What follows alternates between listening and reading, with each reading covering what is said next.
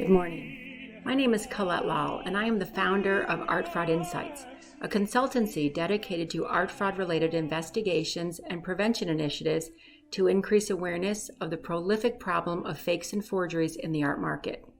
I accomplish this mission through lectures, exhibitions, the training of federal law enforcement agents, and perhaps most importantly, the inclusion of the topic in university museum studies curriculums, as I believe museum professionals are an important line of defense against this illicit practice. It is my pleasure to participate in this dialogue today, and I want to start by thanking David Gossett for the invitation to speak about the importance of ensuring legitimate collections and the threat that inauthentic works pose to museums and collections worldwide. Let me start by saying that forgery and art are intimately connected. They have coexisted for as long as there has been a high demand and corresponding limited supply of desirable and original artworks.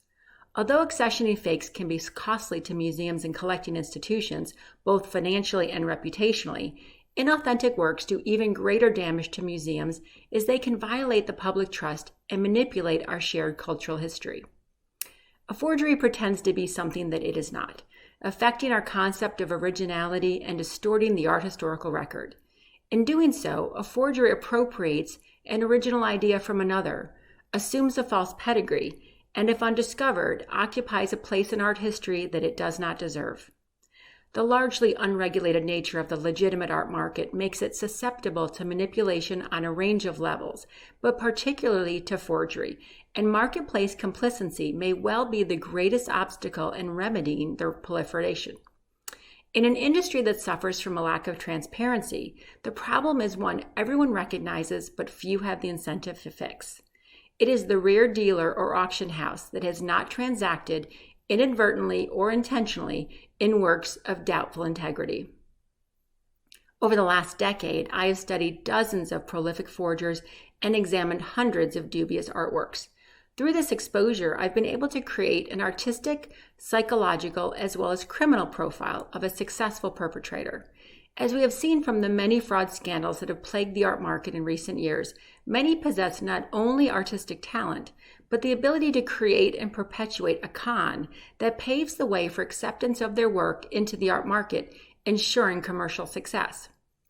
The actions of these scandalous rogues imply that their misattributed works can effectively sabotage the hierarchy of art and culture. I use the term rogues because throughout history, art forgers have garnered public sympathy by throwing onto themselves the typecast of a talented but undiscovered or misunderstood artist. I prefer to use the term cultural criminal, and my exhibitions attempt to de-romanticize art fraud by illustrating that it is not a victimless crime. Museums, galleries, auction houses, and individual collectors around the world have suffered, economically, legally, and reputationally, from the discovery of an inauthentic work in their possession. Many museums and curators, myself included, have recently used exhibitions to draw public attention to this problem and to illustrate the role technology plays in detecting and correcting fakes, mistakes, and misattributions, inspiring ongoing discussion of the challenges faced by museums in ensuring collections integrity. Scientific analysis is now playing a more important role than ever in the interrogation of acquisitions and donations. The scientific tools we have today to detect forgeries have advanced considerably, making it easier to distinguish treasures from trickery with non- or minimally invasive techniques. Unfortunately, the scientific interrogation of artworks and objects usually occurs after purchase and does nothing to prove legal or ethical ownership status. I believe the real threat to collections integrity comes not from forgers themselves, but from the many nefarious actors who legitimize dubious acquisitions by lending their professional and scholarly authority to objects that appear on the market, oftentimes unprovenanced. Many scholars agree that artifacts and epigraphic materials without secure provenance and confirmed antiquity are compromised, problematic, and a precarious base for reconstructing the past. Establishing the authenticity of ancient texts and artifacts has critical implications for the discipline of history, as it can prevent the contamination of archaeological, paleographic, linguistic, and literary data sets that scholars rely on to interpret recorded history. Authenticity is about truth.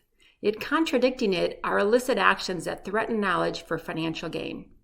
By publishing suspect artifacts and epigraphic materials as authentic, scholars are essentially contributing to this global problem. Although museums, libraries, and institutions are the repository of texts and objects of material culture that are evidence of humanity's collective past, scholars are its gatekeepers in the present.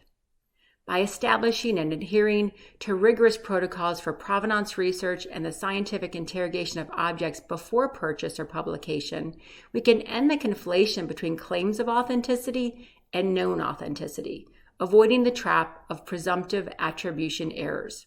In my own research, I also explore previously neglected dimensions of human experience that provide a more nuanced picture of the authentication process, which is often subjective, biased, and non-evidence-based.